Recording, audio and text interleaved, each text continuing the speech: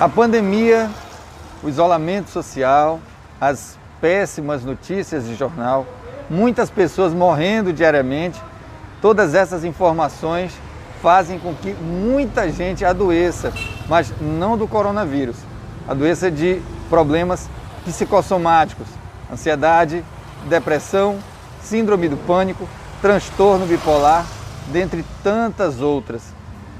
Hoje a gente conversou com o psiquiatra Marcelo Real, ele que é presidente da Associação Paraense de Psiquiatria e falou sobre os impactos da pandemia na mente das pessoas.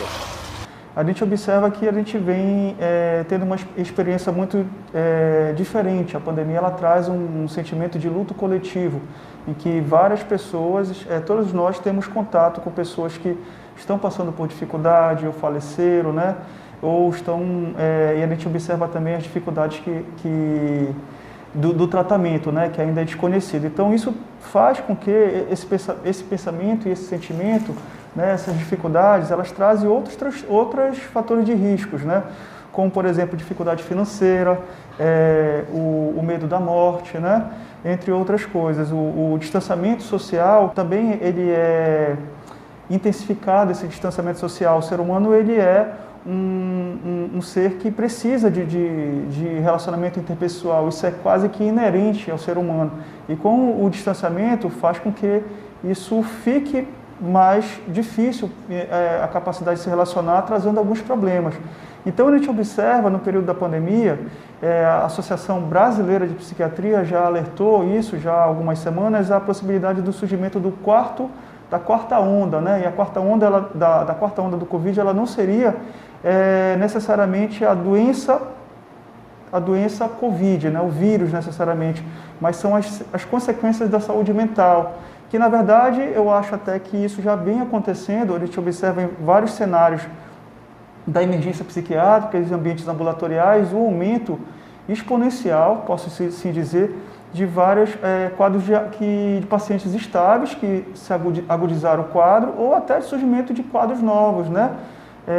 Então, por exemplo, quadros de transtorno de ansiedade, episódio depressivo, transtorno obsessivo compulsivo, né? E até sim quadro de psicose vem surgindo nesse período da pandemia, né? Então, o que fazer? Primeiramente, assim que a gente observa que está manifestando um prejuízo da qualidade social, né, da esfera psíquica, né, social e laboral, deve-se sim procurar o atendimento com um psicólogo, né, para dar esse suporte, e também, se houver necessidade, em algumas situações, de intervenção com medicações, mesmo que seja por um período temporário.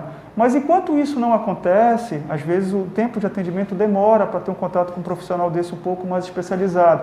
A gente pode também ter estratégias dentro do nosso ambiente, né, para a gente tentar amenizar. Então, por exemplo, é preciso evitar o contato com informações em excesso e que são recebidas principalmente de mídias sociais, né?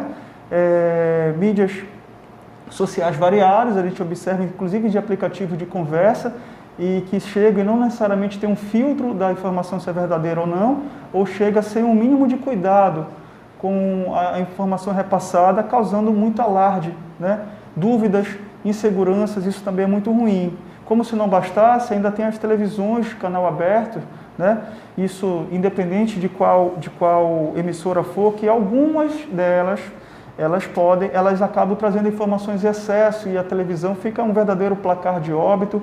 A gente tem contato com pessoas chorando, dificuldade de saúde pública, né? E privada também.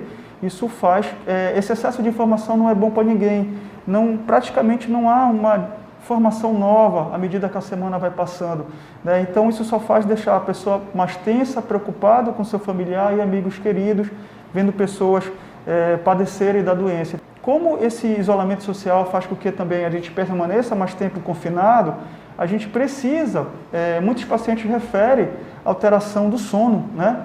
Então, essa alteração do sono, não só porque está preocupado, mas porque houve mudança de rotina. Então, outro cuidado que a gente precisa ter em casa é de, apesar de estar nesse ambiente mais confinado, de isolamento, a gente manter o mínimo de rotina diária, né?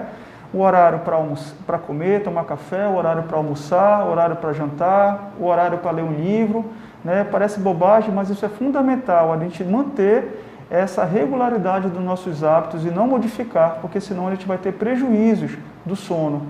Também a atividade física, mesmo em ambiente de isolamento social, né? Ginásticas simples, uma caminhada ao redor da casa por uns 20, 30 minutos, um exemplo disso, né? Ou outras possibilidades, ajudam também a amenizar a tensão e estabilizar mais o quadro.